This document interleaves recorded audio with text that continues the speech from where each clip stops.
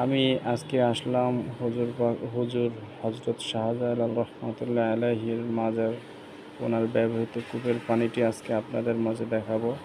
দেখুন কত সুন্দরভাবে ব্যবহৃত কূপের পানি নিচ থেকে অটোমেটিক ওঠার পরে ওই জায়গাটা থেকে উঠে এখানে এসে একটা কূপ আছে। এই কূপে হুজুরে মাছ লালন পালন করতেন ওই মাছের এখানে। তো দেখেন আপনি, এই যে এখানে এখন মাছ দেখা যাবে, ওখানে দুটি তিনটি কালারের মাছ হুজুরে লালন পালন করতে। ওই যে দেখা যাচ্ছে মাছ, এখন একটা মাছ উঠে যাবে দেখবেন।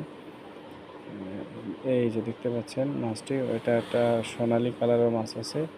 হয়তো অনেকে বলে থাকে মাছটি দেখলে অনেকের ভাগ্য ফেরে, বাট আমি হয়তো এটা বিশ্বাস করি না, কিন্তু আমি আপনাদের মাঝে ভিডিওটি তুলে ধরলাম। এবং এই ভিডিওটি বেশি বেশি সাবস্ক্রাইব করে পাশে থাকবেন এবং শেয়ার করে দিবেন, অন্যকে দেখার সুযোগ করে দিবেন। আর দেখেন এই মাছগুলো আসলেই হচ্ছে হুজুরের ব্যবহার করা থেকে মরে যাওয়ার মাছ যে বাচ্চা দেয়, বাচ্চাগুলো এখানে থাকে। এবং যে মাছগুলো মরে যায় ওই মাছগুলো কবর দিয়ে দেওয়া হয়।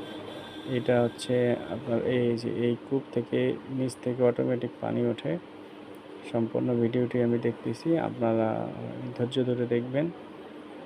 এই যে দেখেন, এই যেখানে গ্লাস দিয়ে আটকানো আছে, অনেক অনেক কিছু ফালায় এই বিদায় একটা গ্লাস দিয়ে এখানে একটি আপনার পরিবেশ তৈরি করে দেওয়া আছে এবং সুন্দরও দেখায়। এই জিনিস গ্লাস দেওয়ার কারণে অনেক সুন্দর লাগতেছে। এই যে দেখেন এখান থেকে এখন পানি আসবে, এই যে অটোমেটিক পানিটা হয়তো রাত্রে ভিডিও করছি ক্লিয়ারভাবে আসেনি, অনেকে টাকাও দিয়ে দেয়। এই যে দেখেন এই যে নালা দিয়ে পানি অটোমেটিক বের হচ্ছে এখান থেকে।